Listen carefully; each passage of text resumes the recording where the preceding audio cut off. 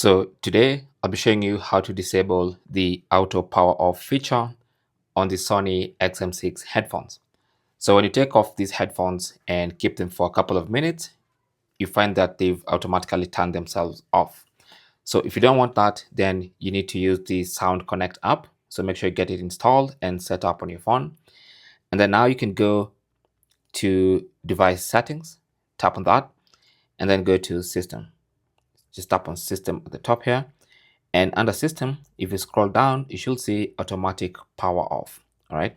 So it says off when headphones are removed. So you can tap on that. And then to disable it, select do not turn off. So that will keep the headphones on even when you take them off and you're not wearing them, and it will not automatically power off or turn off your headphones. All right. It's really that simple. Now, keep in mind that this might